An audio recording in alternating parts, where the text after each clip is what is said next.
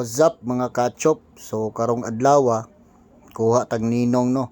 Syempre outfit check sa ta sa kuno. So kana prepare na ko ana kay naana mong sundo oh. Sabay na kung duha ka bata, si Ading og si Yusop, sabay si Rocky, excited kaayo. So kana diya padulong na media no.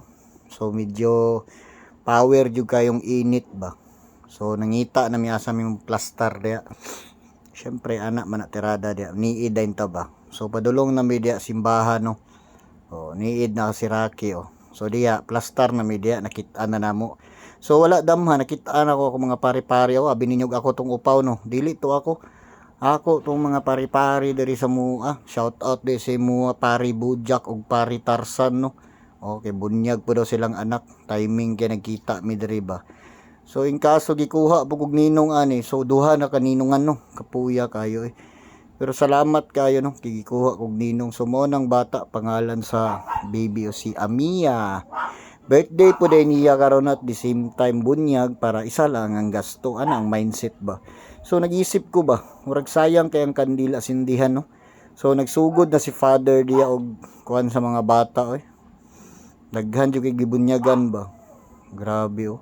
Kita nyo ng mga tao diya, urag na artista no. So mo na si Bibi Amia. Relax lang kay natulog ba. Ang uban bata diya, grabe ng hilak diya kay syempre init, ana mo na normal niya. Siya relax lang. Unya pa na siya muhilak pag mata na niya kay limuot naman kayo. So diya na gisindihan ang kandila, urag simi na sayangan kus kandila kay urag pugi mungud kayo syempre. Pag umans bunyag automatic na present din akong pamilya di oh. Syempre number 1 asay. So mao din ang mga inahan ug amahan no, si Mari ug si Pare. Reglain man paminawon. So mao na ang baby nila oh, si Amia. Happy birthday baby Amia. So mao na sila. Duha ilang anak. So pag human ato, mga enjoy na humanamig kaon, nag-inom na sila.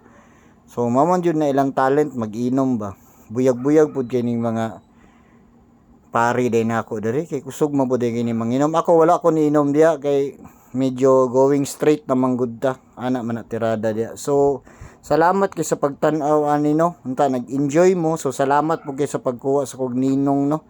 So kato lang, bye bye, thank you so much.